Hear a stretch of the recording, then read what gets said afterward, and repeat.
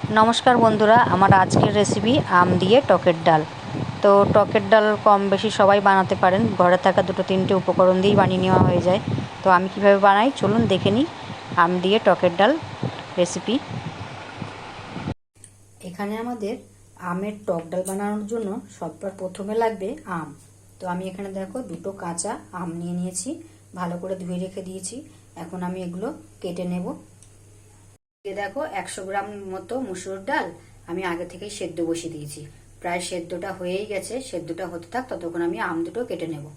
ডালটা সেদ্ধর সময় আমার কাঁচা লঙ্কাটা দেওয়া হয়নি, আমি এখন দিয়ে দিচ্ছি। এখানে আমি দুটো গোটা কাঁচা লঙ্কা দিয়ে দিলাম। লঙ্কা দেওয়ার পরে দিয়ে দিচ্ছি লবণ।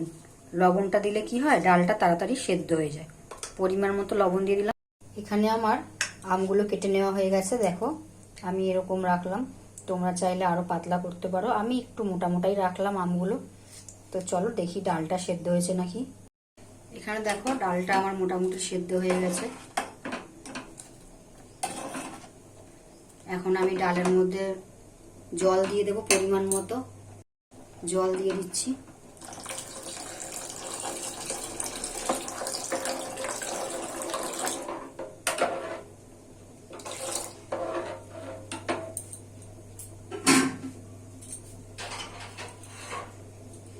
জলটা দিয়ে এখন আমি ডাল ঘাটাটা দিয়ে ডালটা ভালো করে ঘেটে নেব।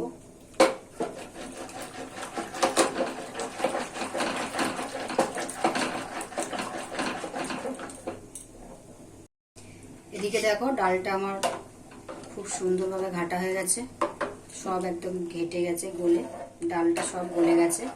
এখন আমি এই উপরের ফেনাগুলো একটু ফেলে দিচ্ছি।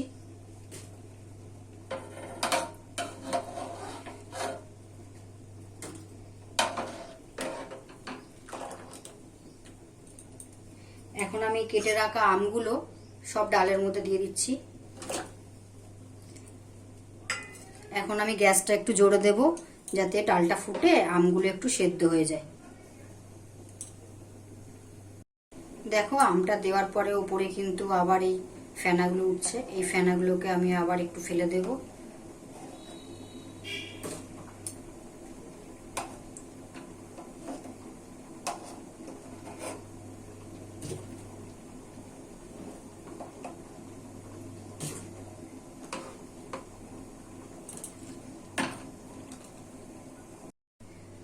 দেখো আমগুলো আমার মোটামুটি সেদ্ধ হয়ে গেছে। এখন আমি ডালের মধ্যে দিয়ে দিচ্ছি খুব সামান্য হলুদ, কারণ ডালে হলুদ বেশি লাগে না, খুব সামান্য দেব হলুদ। হলুদটা দিয়ে ভালো করে ডালের সঙ্গে মিশিয়ে দেব। আবারও একটু ফুটতে সময় দেব। এখন ডালটা আমি নামিয়ে একটা সাইডে রেখে দিচ্ছি, আর এই একই গ্যাসে বসিয়ে দিচ্ছি একটা কড়াই। কড়াইটা গরম হতে সময় দেব। দেখো কড়াইটা গরম হয়ে গেছে, আমি এখন সরষের তেল দিয়ে দিচ্ছি। ডালে বেশি তেল লাগে না, অল্পই দিলাম সরষের তেল। তেলটা দেখো গরম হয়ে গেছে, তেলের থেকে ধোঁয়া উঠতে শুরু করে দিয়েছে। এখন আমি তেলটা একটু নাড়াচাড়া করে দিলাম।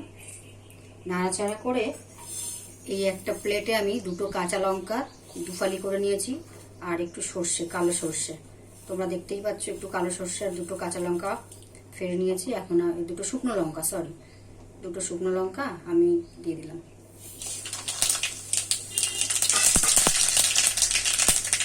এখন ফোড়নটা দিয়ে সুন্দর গন্ধ ছাড়লে আমি যে সেদ্ধ করে রাখা আমার ডাল সেটা দিয়ে দেব।